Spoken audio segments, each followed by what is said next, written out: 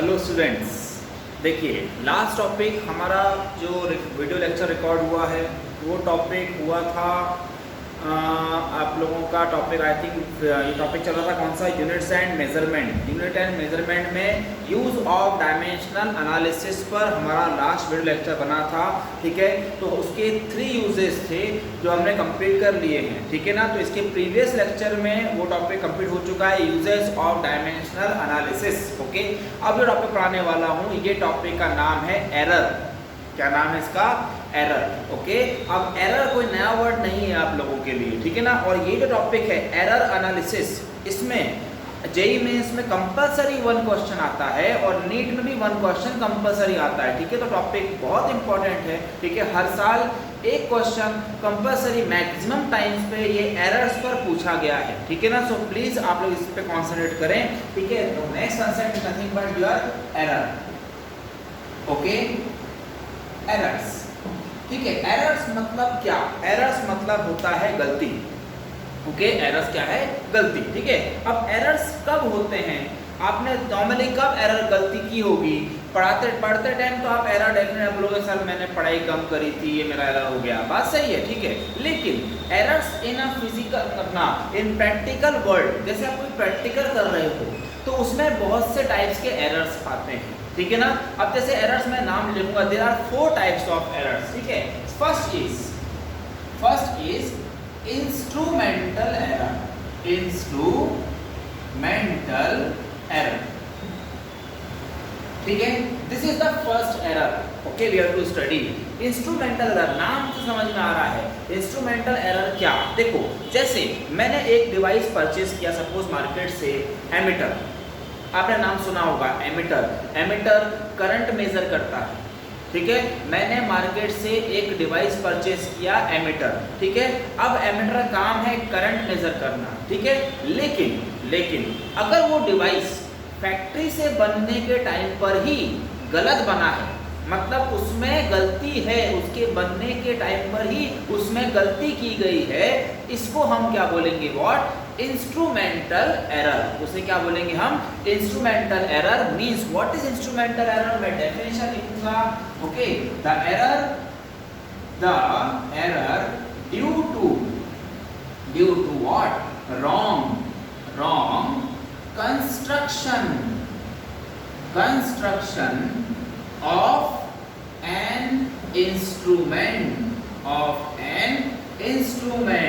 is called as what?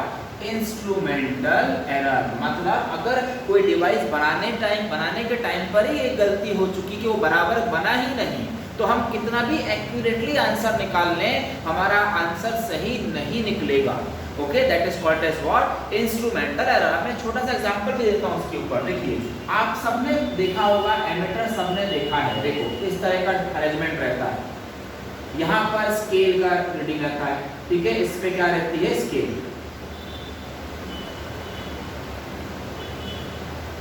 ठीक है, यहाँ पर एक पॉइंटर रहता है। क्या रहता है? एक पॉइंटर। ये पॉइंटर 0 पर सेट होता है। कहाँ रहता है? 0। फिर रीडिंग स्टार्ट होगी 1 2 3 4 5 6 एंड सो ऑन। ऐसा काम है करंट शो करना। लेकिन अगर ये पॉइंटर आपको मैं बोलता हूँ, सपोज ये पॉइंटर यहाँ पर है, यहाँ मतलब 0 के नीचे, मतलब ये डिवाइस बराबर नहीं बना। इसका मीनिंग ये है कि ये पॉइंटर को बराबर 0 पर सेट नहीं किया गया। अब आप अगर इससे मेजर करते हो करंट, तो चेक करो, अगर मैं बोलता हूँ कि एक्चुअल में 5 एम्पियर का करंट फ्लो हो रहा है, तो आप जब इस डिवाइस से मेजर करोगे तो ये 5 थोड़ा कम दिखाएगा। क्यों?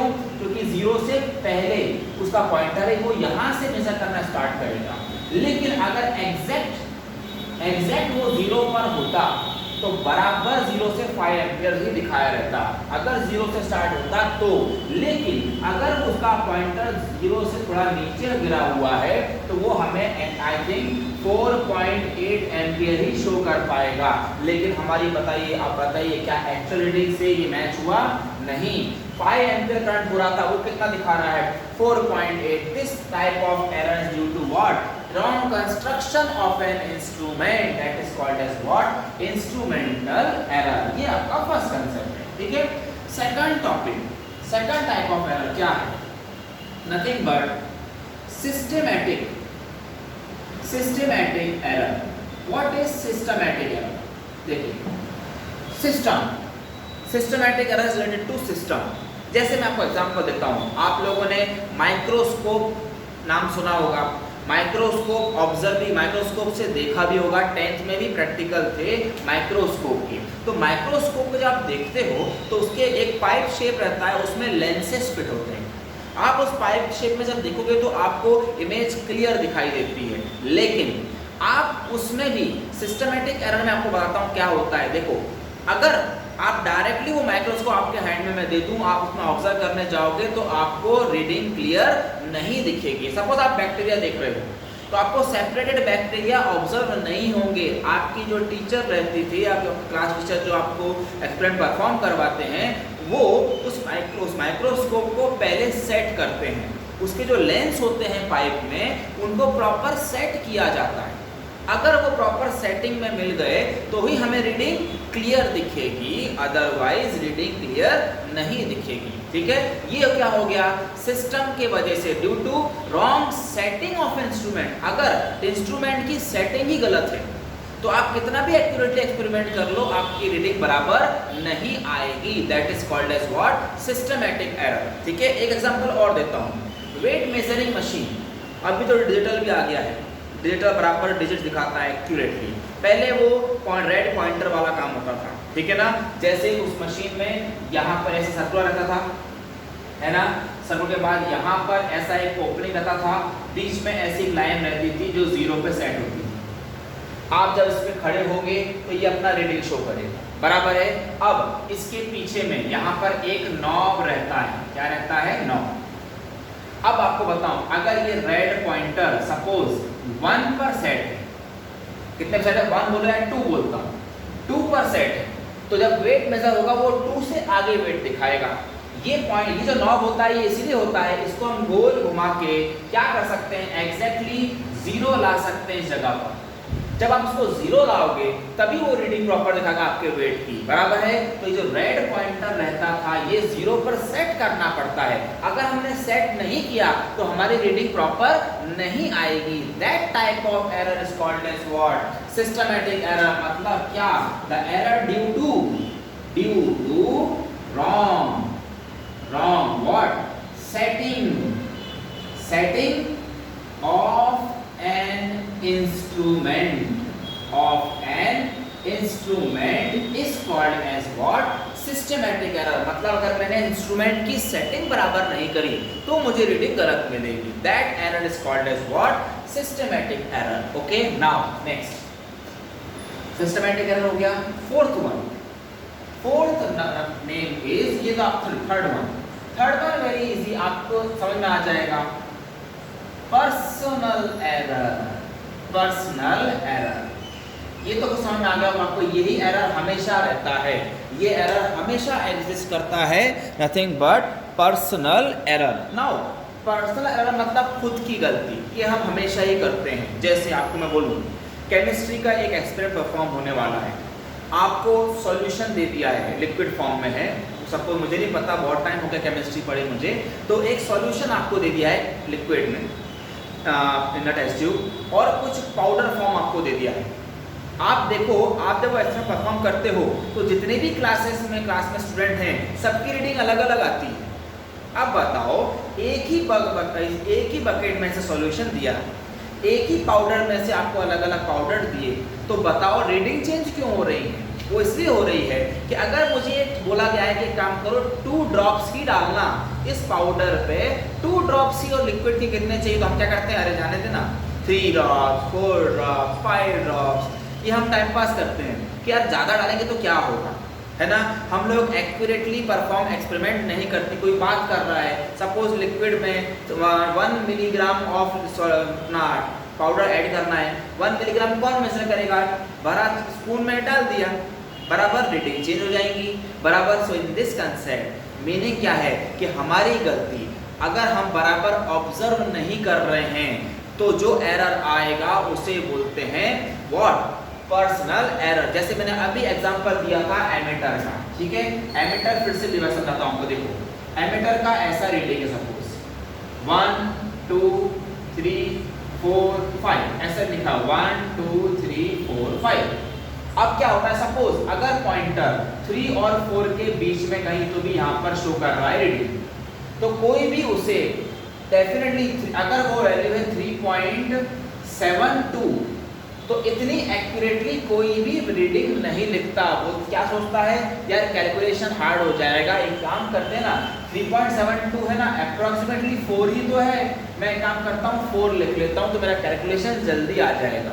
बराबर सपोज 3.82 का रीडिंग है तो उसका आप डेफिनेटली 3.82 नहीं लोगे, कोई भी नहीं लेता। क्या करते हो, एक काम करो 4 ले लो, जल्दी से कैंसिल हो जाएगा, मेरा आंसर जल्दी आ जाएगा। तो हम क्या करते हैं, ये हमारी गलती है, हम ऑब्जर्वेशन बराबर नहीं कर रहे हैं। That error is called as what, personal error. So means what is personal error, due to wrong observation of an observer. That error is called as what, personal error. The error due to wrong observation of an observer is called as personal error. उसके बाद next last concept आया हमारा, which type of error, nothing but random error. Now what is random error? नाम से तो आपको इतना clear नहीं होगा। random error क्या, देखो मैं आपको बताता हूँ, एक एग्जांपल देता हूँ। मैं समर सीजन, मैं पहले बोल रहा हूँ समर सीजन है। समर सीजन में मैं एक एक्सपेरिमेंट परफॉर्म कर रहा हूँ। कैसे, मेरे पास एक बीकर है, बीकर में मैंने वाटर फिलअप किया, समझ लीजिए बीकर में मैंने वाटर फिलअप किया, इसमें मैंने पुटअप करने वाला हूँ एक थर्मामीटर, ठीक है, जो मुझे रीडिंग देगा। मैं बोलता हूँ एक काम करेंगे, मैं इसको अब करने वाला हूँ क्या, हीट करने वाला हूँ। हीट कर रहा हूँ तो टेम्परेचर राइज होगा, सबको पता है, थर्मामीटर हमें टेम्परेचर मेजर करके दिखाएगा। समर सीजन है, मैंने बोला एक काम करो, time t is equal to, मैं 5 मिनट्स आपको देता हूँ, 5 मिनट्स तक इसे हीट अप करो और हीट अप करने के बाद टेम्परेचर मेजर करो। तो सपोज मुझे टेम्परेचर का रीडिंग मिल गया 75 डिग्री सेल्सियस। 5 मिनट्स में टेम्परेचर कितना चला गया, 75 डिग्री सेल्सियस। ये मेरी रीडिंग थी समर की। अब एक काम करते हैं, सेम एक्सपेरिमेंट अब मैं करने वाला हूँ विंटर सीजन में। विंटर सीजन में मेरे पास सेम बीकर है, सेम बीकर दिया गया है और सेम बीकर में मैंने फिर से वाटर फिलअप कर लिया। सेम बीकर में मैंने फिर से वाटर फिलअप किया, सेम थर्मामीटर उसमें पुटअप किया, ठीक है, सेम थर्मामीटर उसमें पुटअप किया और अब मैं फिर से टाइम ले रहा हूँ, फिर से 5 मिनट्स। तो आप लॉजिकली सोचो, विंटर सीजन में क्या 5 मिनट्स में 75 डिग्री सेल्सियस ही आएगा, नहीं आएगा। टेम्परेचर आई थिंक एग्जांपल दे रहा हूँ 60 डिग्री सेल्सियस। ऐसा क्यों हुआ, इसका रीजन क्या है, रीजन ये है कि समर में सराउंडिंग टेम्परेचर ज़्यादा था तो 5 मिनट में 75 डिग्री सेल्सियस दिखा दिया। लेकिन सेकंड केस में विंटर सीजन है, विंटर सीजन में सराउंडिंग टेम्परेचर कम है, मतलब आप उसको अगर आप हीटअप करोगे तो 5 मिनट में वो इतना हाई टेम्परेचर तक हीटअप नहीं हो पाएगा क्योंकि सराउंडिंग टेम्परेचर ही कम है। अब बताइए, मेरे पास सब कुछ सही था, वही बीकर है, वही पानी है, वही थर्मामीटर है, कोई दूसरा एरर नहीं है। लेकिन अगर सीजन चेंज हुआ है, देखो एटमॉस्फेयर चेंज हुआ तो मेरी रीडिंग्स भी चेंज हो गई। पहले 5 मिनट में 75 डिग्री सेल्सियस था, अब 5 मिनट में 60 डिग्री सेल्सियस है। मतलब देखो ये एरर जो आया है, ये एरर आया है ड्यू टू एटमॉस्फेरिक चेंज आया है।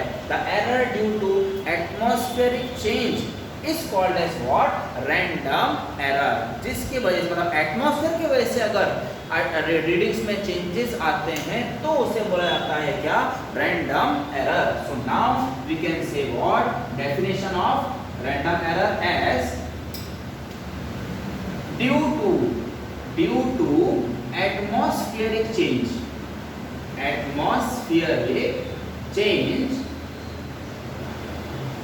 That error is called as what, random error. So इस टाइप के 4 एरर्स हैं आपके सिलेबस में।